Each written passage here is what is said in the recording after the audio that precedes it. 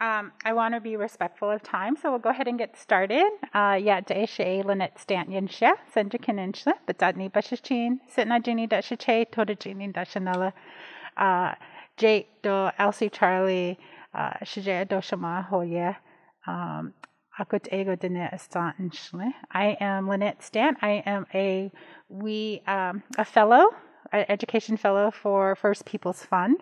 And I am so honored to be in this session because I saw your performance last night and I was saying, they're my people, I'm going to moderate them tomorrow. So I'm super excited.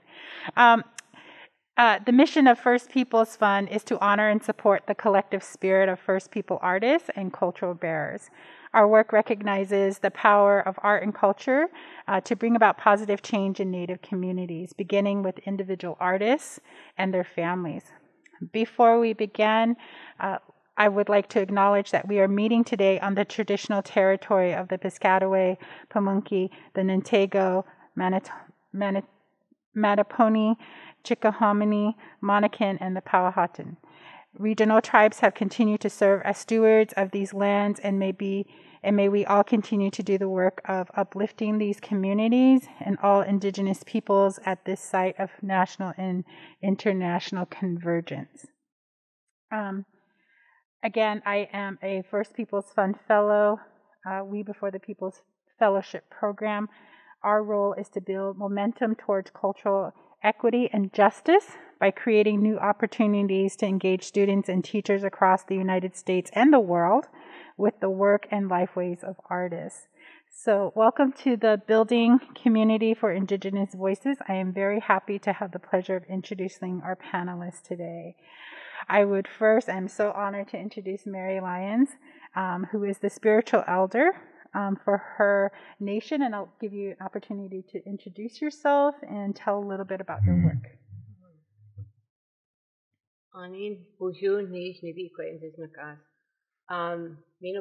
First of all, good morning. I don't really kind of hate looking or saying it's my work, you know. In our culture is that when you sit at the head, you're honored by naming the generation. So I'm a great-grandmother.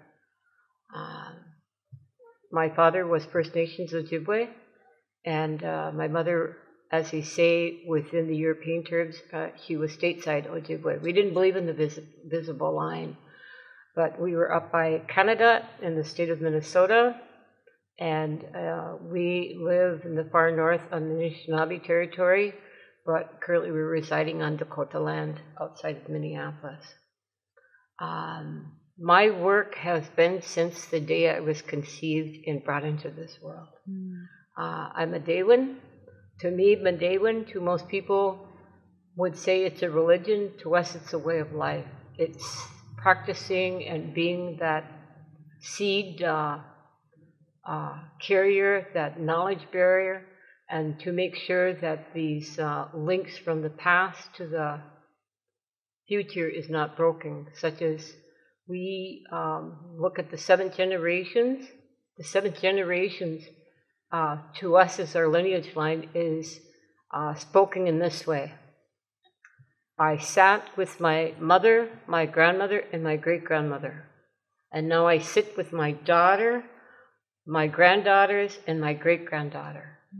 So I sit in the center, which is the 7th generation. So I hold that knowledge from 3 before me to 3 in front of me. So that link is not broken. The interpretation of 7 generations comes in all formats, and they're all right as long as they're done in a good way. But this is how we live within our family structure system. The other part of who we are is we don't just say we're Manidoo. We were birthed as Manidooans, and that's coming as a student, living as a student, and dying as a student. Because we had this original agreement with Creator before we came here, because we came from the stars, that we would come in a good way. and that we would come, our spirit would come and enter our mother's womb, the oceans, the pools, the water, and we'd be downloaded with all the memory of our ancestors that were in this planet. And when we would enter this world, we would take that breath. To us, this is Medewan, and we feel the warmth, and that's fire. And then to reside and to nourish off, and to be a gardener on Mother Earth. Those are 4 elements, and those 4 elements shows no prejudice. So this is what we pass on to these young ones, is that those are the original teachings. It's not how you make moccasins or how you dress or how you speak. It's how you behave as a good caretaker and not as a landlord. And to be a good relative and not to be a person that passes judgment. So they must know the equal of sitting in this center of the 7th generations to have that responsibility so we do not break that link. Does that make sense? Mm-hmm. This is who we are. Thank you so much, Mary. Lauren, can you introduce yourself and tell us a little bit about your role? My name is Lily. I am the granddaughter of Mary, and I travel with her and listen to everything that she teaches us. Thank you, Lauren. I'm so glad you're here and honored. Manidoo? Hi, good morning. My name is Manidoo. I'm Mary's great-great-granddaughter. I travel with her. I listen to all the things she teaches us, and I guess that's it. Thank you, Manidoo. Thank you for being here. And Fonda? Hi, I'm Fonda. I am Mary's eldest daughter, and it is my position to follow her guidance and to learn and understand everything that was taught generations before, so I am able to pick up where she left off and teach my children and my grandchildren. Bonjour, good morning. My name is Keely. I am the first granddaughter of Mary Lyons. And I'm just so happy to be in this family from being little, just learning all these teachings from her and my great-grandma. So it's just a beautiful way of life, and I'm so happy to be a part of it, and it's just natural to us. And, I just love traveling with her and learning her teachings and other people's teachings. I'm very happy to be here. Thank you, Keely. So as we began, first of all, I want to just acknowledge the beautiful, beautiful work on your skirts and on your whole regalia. I'm a seamstress too. I know that sewing has brought a lot of healing to me, but also a lot of celebration. I've healed through, some really hard times in my life. I've celebrated the birth of my daughter through sewing, blankets for her and clothes for her, her traditional outfits. So I know sewing can be really healing. So maybe you can talk a little bit about how that skill of designing and carrying on the legacy of your family through sewing and through that art. If anybody would like to speak to that. You want to say something, Manidoo? My father was born in 1889, and my grandmother was. I think this is really important to understand, is that I only have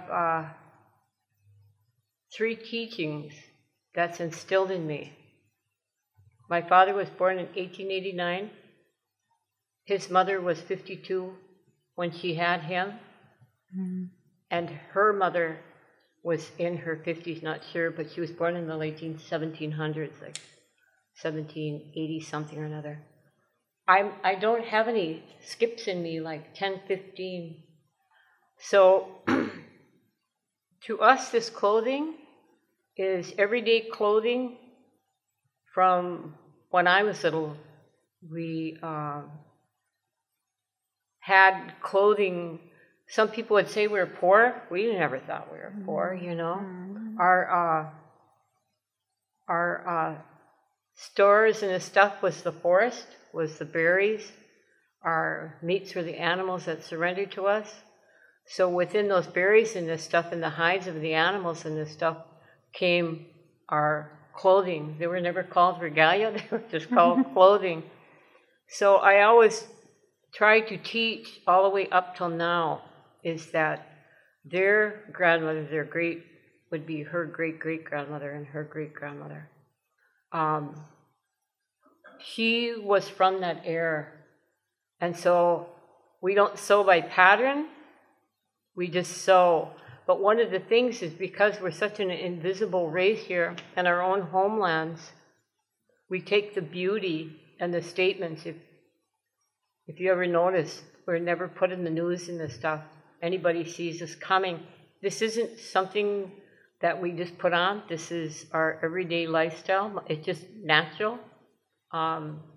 People ask about our hats and their stories when you go back in time.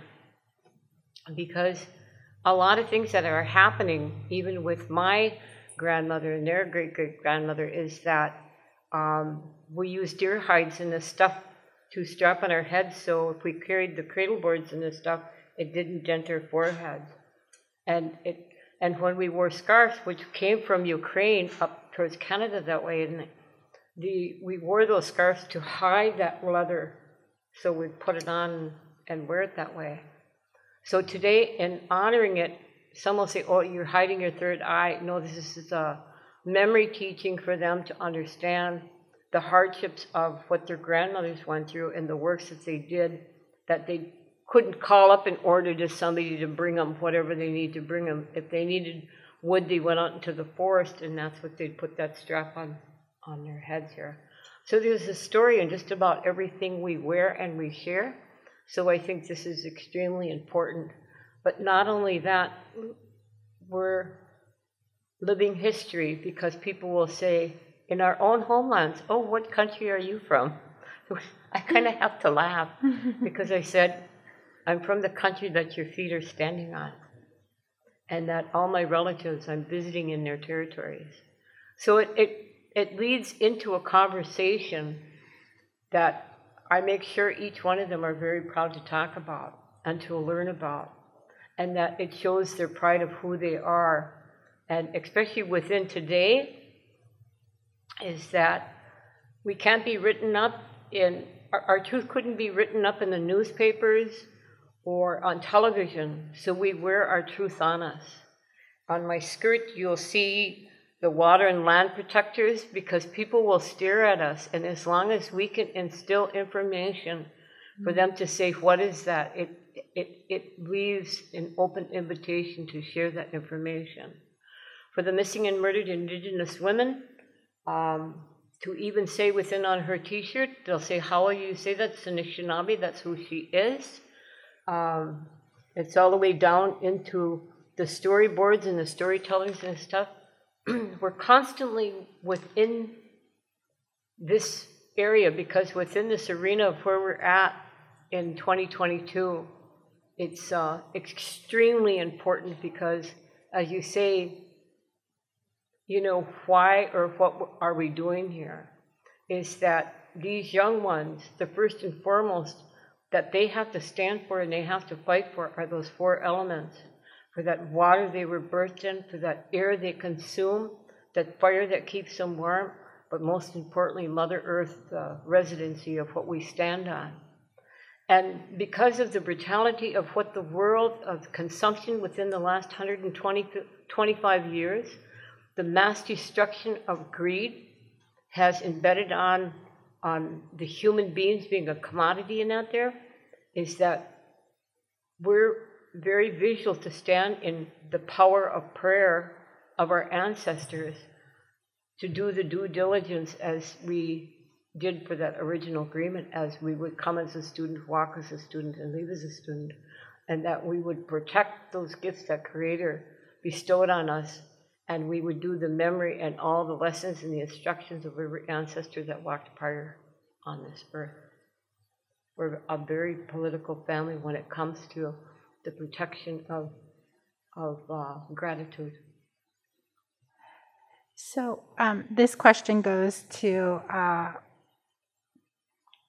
anyone in the group. So when we speak about transferring intergenerational knowledge, what is your role in that, and how do you do it not only within your family but taking it to the level of community? So if any would like to answer, because all of you have a role in that transfer of intergenerational knowledge. I think what's kind of funny is when you're growing up and you're living multi-generational. I lived with my grandma, so it's just when she's talking and telling stories, you don't really realize that she's teaching you things because you're listening and you're having fun. And as you get older, you start to realize that, oh my gosh, that was a really important lesson that she was talking about, so just learning those stories and talking about them to like my daughter, my granddaughter, it's carrying on that generational information and knowledge. So, I think we're very fortunate because we do live multi-generational and our family is very close. So we are able to get a bunch of different knowledge from different areas of our families, like our uncles, our aunts, grandparents. So we have a very big, close-knit family, and so we get a lot of knowledge and information from other people. And I just, like I said, think it's important to carry on. We talk about and share it, with stories within our generations. So I know you shared your knowledge on stage last night, and so to a larger community, how do you take that, because as a fellow, my role is to ensure that the voices of Indigenous artists is carried through through lesson plans. So as a teacher, what advice would you give educators in your community? What would you like to see in your classrooms and in your schools to be able to continue sharing that knowledge with students in your community? So I work for a big school, one of the biggest school districts in Minnesota, and we do have an Indian education program. So I'm one of the cultural liaisons that work within my district. There's 5 of us. And so what we like to do is make sure that, our program has started with cultural trunks where we have artifacts from, my tribe is Ojibwe, so we have a lot of artifacts from our tribe, what we've used, different things throughout the years as far as, gardening. When we're gardening, we use the gourds, and after we're eating them, you could carve them out, and then they could become bowls. We do a lot of information, and we put this stuff in trunks. They're called learning trunks. And then we have information curriculum, and we send them out to the elementary schools or whatever schools want to have them. So we'll go in there and teach them about, what all these artifacts were, what they meant to us, how we used them. So that's how we go about in our district, going about teaching other people about who we are as a people and what we did to survive. I love that idea. I'm actually going to take your learning trunk idea back to our cultural department because our students in my school, we get culture once a week for 30 minutes. And so as a classroom teacher, that's one of the challenges I face is how can I continue to help my students in the Salt River community continue to learn about their culture and be a catalyst to support them. And so I do love the idea of learning trunks and bringing those in the classroom and working collaboratively with the tribal cultural department. So that's a great idea. I'm going to steal that idea. Yeah, and a lot of things, we're fortunate enough to have a lot of funding come in, so we teach cultural classes too. So on weekends, we will invite families to come in. We'll teach how to make corn husk dolls. We teach people how to make regalia, ribbon skirts. We teach all kinds of things to keep our students, our urban students engaged in their cultural teachings. So we do a lot of that, at least 2 to 3 times a month. Some of our cultural liaisons do write curriculum, so half of us do culture, and the other half will do like STEM, math, so, and they bring a lot of the cultural teachings into that too. So we're very fortunate enough to have a really good team as far as bringing our cultural knowledge into our school districts and teaching, non-Indigenous people about who we are. Thank you. Keely, this question's for you. So we think about all Indigenous communities face challenges within their own, tribal nations. So when you think about your own community and the challenges that your community faces, you as an Indigenous woman, like how do you address those challenges in terms of keeping the culture alive and at the forefront, especially when we're faced with things like social media? Our kids are on social media and they get influenced by that. So how do you, as an Indigenous woman, deal with that? I would have to say, with my daughter too, it's such an electronic world. I have to tell her, sometimes it's okay to take a break, or, you can't get influenced too much by that, and you have to kind of still learn your teachings, take time for your teachings. And I love when we take the time to go up north to our reservation and see our family, and when we go up there, anything that we can do to help the community, a lending hand. I would just say keeping those teachings and staying humble and, really pushing to keep our culture alive, even through this time and age of day.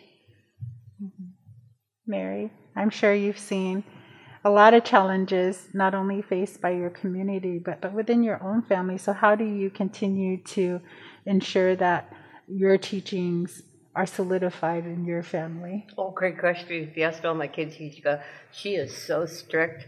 Listen, I really am. Being one of the international grandmothers of the Women Over Variety, we hold wellness circles and that there.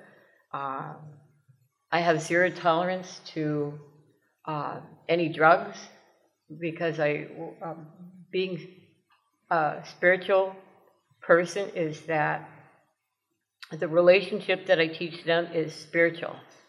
If you start doing things with your head and your mind and wanting to do the outside world, it's going to get you in trouble. Spiritually, you have to figure it out from here, because let's say when you get scared, you don't think, oh gosh, I'm going to get scared. No, you get really scared in your stomach. Or if you see somebody you really like or are starting to really love, you don't think about, oh geez, I think, no, that's really who you are spiritually. So if a person is using alcohol and drugs, they put that spirit to sleep. So I teach them, you don't know who you're speaking to. You don't know who's dancing in that body when they are contaminated, when their wells and their water inside them are contaminated. Because their spirit lives, part of that thing is when we're in our mother's womb for up to 9 months, she builds this beautiful body around us that's called this blanket of a body. So we live in it, so we have to take care of it. So we teach them that it is very important that you don't have to go party and do all of this stuff to build up your courage, because they also, without having to say, you will live by the 7 grandfathers of the sacred teachings of the Anishinaabe. We don't say that. It is taught in every movement structure of what we do during the day. So they know it. Then that's where they get the feeling of it. Is this going to be safe? They question themselves. Do I do it? Should I do it? Or whatever it may be. But the ultimate thing is, as was taught to me, if I cannot look my elder in the eye with pure honesty and love and truth, they're gonna know. They're gonna know I'm naughty. So that's what, I can just look at them and they won't come around. But the thing is, it's not for me to say, but I will tell them if you use, I don't want you around me for 1 year. You go into treatment, clean your, I don't want you around.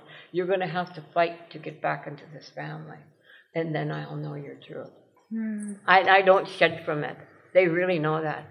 And even if they do, I put them right into treatment.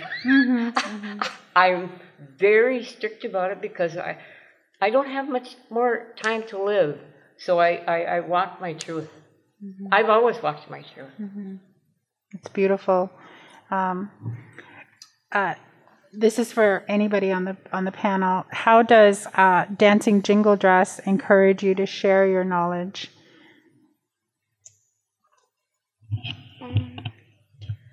So when I dance, like a jingle dress that I have on is like medicines. So like when I dance around like the arena, I make a prayer or something, and you know, when I stop on like the honor beat or something, I make like another prayer. But the knowledge I want to share with like my jingle dress, I like to share it to like my friends or something, and I like to tell them like about my culture and like what I wear, and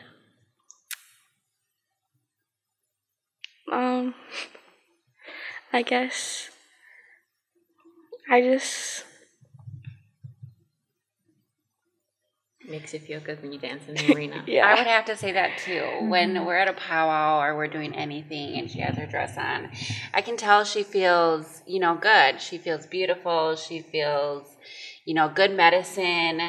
And I love that about her. I love that. My daughter, I can teach her. And now I'm teaching her how to bead. So I'm very proud of her for, I always tell her to keep an open mind. She can still have, school and, growing up, but I still love that she's still learning how, just this past, before we came here, we were teaching how to make a jingle dress. So, that makes me very proud that she is loving to learn. She wants to learn. And the tradition, she can teach her kids and her grandchildren. So I'm very proud of her. I don't think she knows any other way. Yeah. Fonda, we've always been within ceremony in our ceremonies. We were up in Whitefish Bay in Canada at a huge celebration, and she started having contractions with Keely, so we had to hurry up and get back into the States so she could deliver her. Otherwise, we would have had a huge medical bill. Drove all night long, And of course, it was a traditional powwow in that there. We made it back in. So it's like Keely has, that from birth, from conception, from it, when they're in the womb, it's there. Their second heartbeat is the drum. And, and their mother is all the elements, and that's earth, sky, everything else and stuff. And Lily, and I have another daughter, and I have 3 more granddaughters. And we don't say jingle dress, it's a medicine dress. And what they do is, there's certain things they'll carry. Is sweetgrass in the medicine. They're to carry their sweetgrass hoop for a year in prayer. And they pray around. And people know when they see us at one of the social gatherings and this stuff. Some people go, "Oh gosh, you're so stuck up." They're not. But the other ones know that. Being Manidoo, they go out there and they dance within prayer and celebration, and they come right back and they got to stay here. None of my kids can wander around. Not one of them. And even my grandson, that's special needs and this stuff, they just automatically know. They look. But I think this is one thing that's really important. And Manidoo, if you had to have a question asked that needed to be a yes or no, who would give you that answer? Could you ask your mother? No. Could you ask your grandma? No. Could you ask me? Yes. See, living multi-generational is that the grandparents pretty much raise the grandchildren. we always make it real humorous because it's like, the moms and dads are too young, they don't know. We need to put the brilliance within them. But that's just the way our structure is. But also living multi-generational comes a lot of humor. So my granddaughter to the right, which is my daughter Fonda's, the two sisters here, she's pretty shy. She's pretty shy until she's got to sing or she's on a radio show or they do something, and she's pretty active. Don't you think? She's not shy at home. No. But they were joking around and they said, if somebody asked Manidoo, what do you do for your grandma? And I looked at her and I said, because she's always threatening me. And what did you say? I said I hate having to change her diapers and chewing up her food and feeding it to her. I said, you're going to get it, So I think a lot of times, and that's part of it, is that I think it's really important that our extended relatives that have lost insight to our culture need to be reminded when they go, I don't know, it's in them, it's just sleeping. And they will start craving a ceremony and not even know it because it's just embedded in them. They will want to go to a powwow, or if we go someplace, if we were in the islands, and the first thing is they want to see the people of the land because they're relatives. That's when you feel comfortable, wherever we go, This young one danced and saved her money because myself, I travel around the world with a bunch of wisdom keepers. And every year in February, I was in New Zealand for about 3 weeks. We sit in meditation, silence, and in prayer. But she wanted to go. But she couldn't go unless she paid her own ticket. And how old were you? 11. She was 11 years old, and so she got to see the land, and she got to meet the elders and the spiritual elders and out there. And their gifts that they have, I was admiring their home jewelry and stuff, and it's just beautiful and stuff. And I was thinking, oh gosh, but then, it's kind of pricey, you don't want to buy it. They just handed her all that stuff. they adopted her as a granddaughter and out there. So it's just, when these young ones isn't just our territory, it's the world. The world is their responsibility, because if something happens in our lands and our territories, it's going to happen someplace else. But we teach them is that this land is our medicine, this air and everything around it, even when we do water ceremonies. I think, you want to share that, Lily, why we use the rattle? She's going to sit up here and be pretty. I think this is one thing I always like to share with the audience. What's really important is that when we say relatives, it's extended beyond just human beings. Mm-hmm. The relatives is the trees, because the trees out there are like straws that bring up the water and grow their arms and leaves, and that's what gives us pure oxygen, right? And so you can't go in the water. See, they don't just jump in the water and go swimming. Mm-hmm. In their mind, or if they have a rattle, they shake it because they got to get permission from the world in that water. Mm-hmm.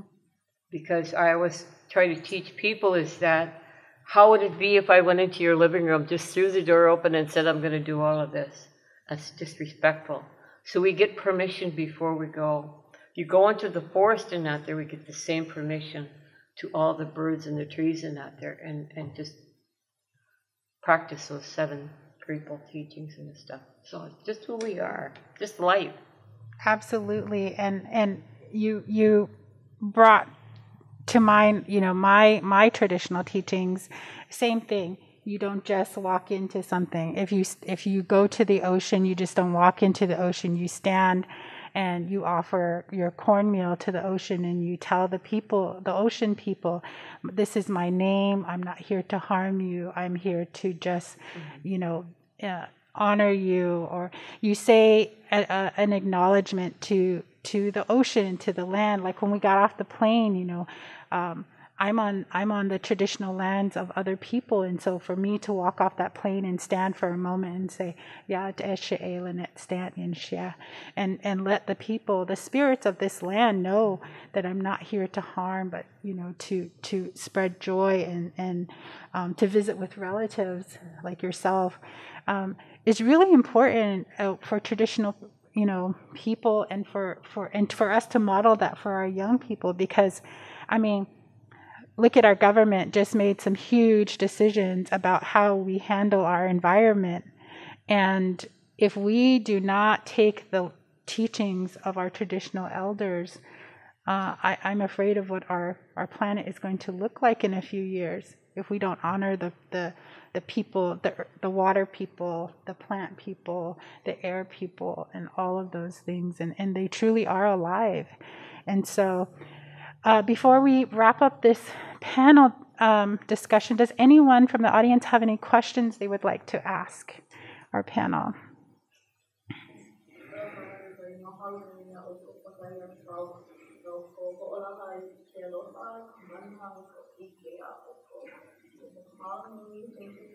Both were sharing the love, the power, the knowledge of this great genealogy and life that we did before.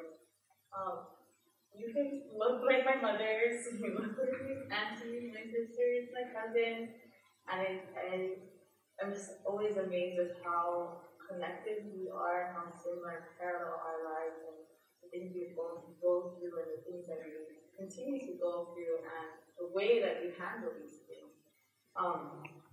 I see. I've been in that position of being a granddaughter.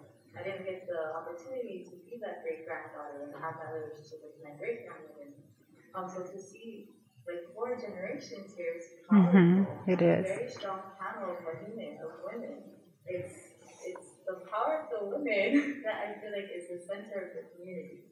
And I feel like just from hearing these folks speak, have done so much for your community. And just want to mahalo you folks for being here and sharing your story and just being unapologetically who you are. Not putting condensing yourself into a box. Just being who you are. I mahalo you folks. And I don't really have a question. I just want to keep talking story. But I guess as a Latino, as a woman, as a mother, as a daughter, granddaughter, there's an extra kuleana responsibility that we carry for our community. So I guess how do you guys relate to that? How do you guys carry that?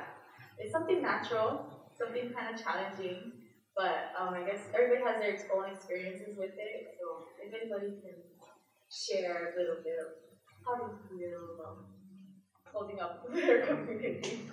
Do you want to hear what happened and how our communities came together with George Floyd when that happened in Minneapolis?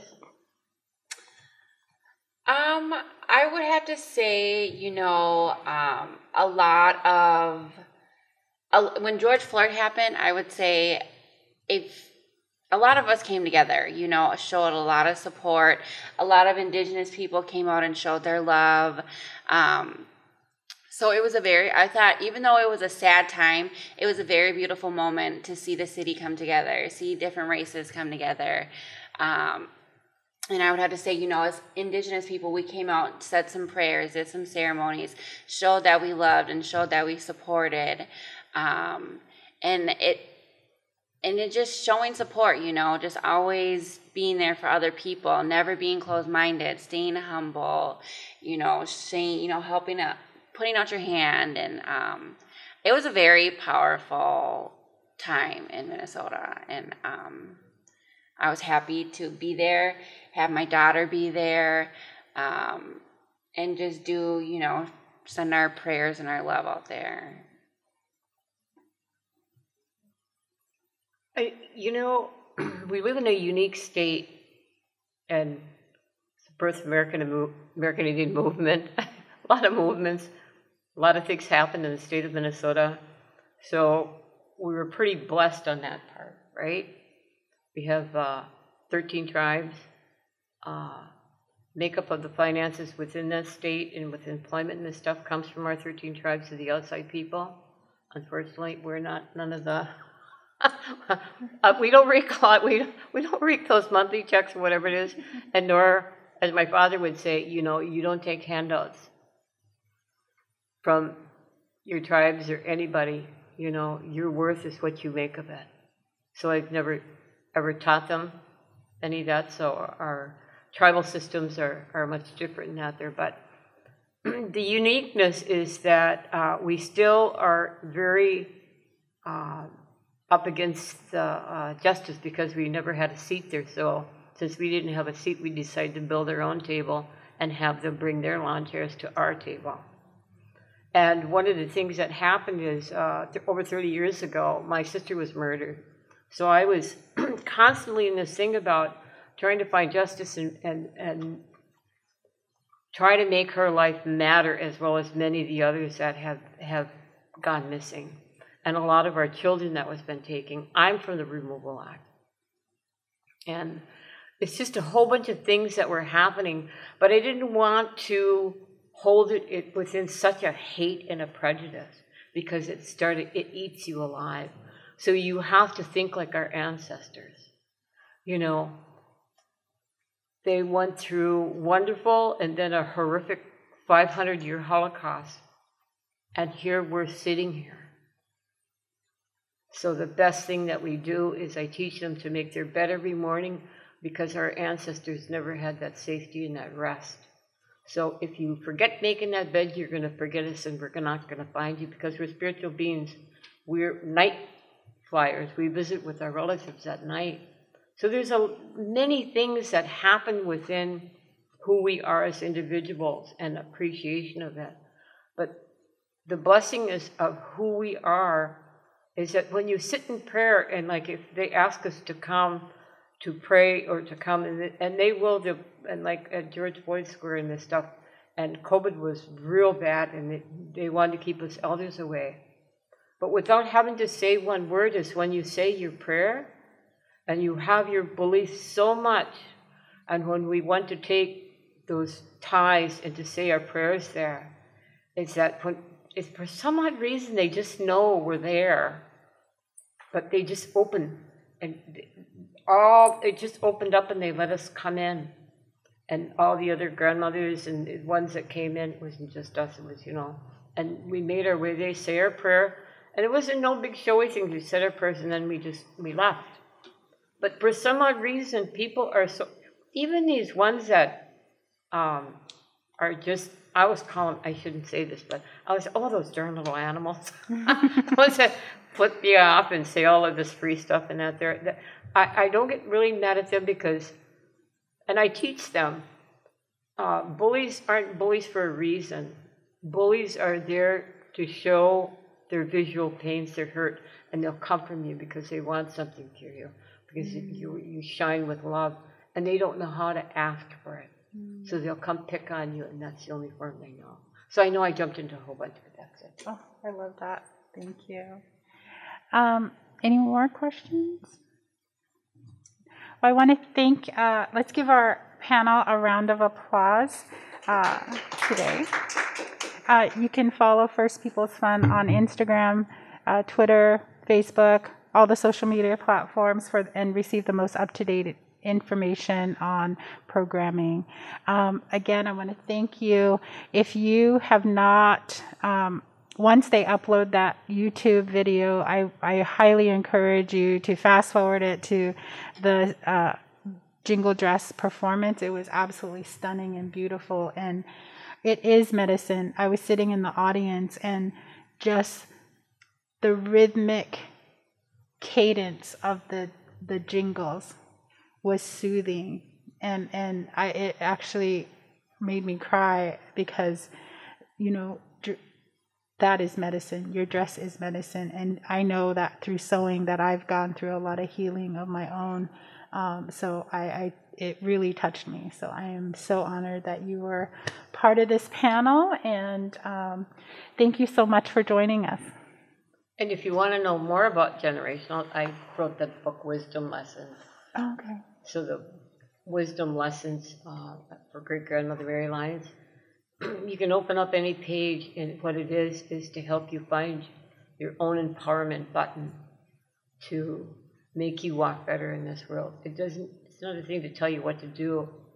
It's to say how well and how important your worth is here in this planet. And where could they find the book? I always say go to Birch Bark Books, because I love supporting our Indigenous bookstores and out there. You can go to Birch Bark Books in Minneapolis, call them and have them mail it out. And most of them have been buying it from Amazon, but I'm kind of please call support your bookstores. Please support small. Well, I like supporting small businesses, or encourage bookstores, small bookstores, and they'll order it for you. Absolutely.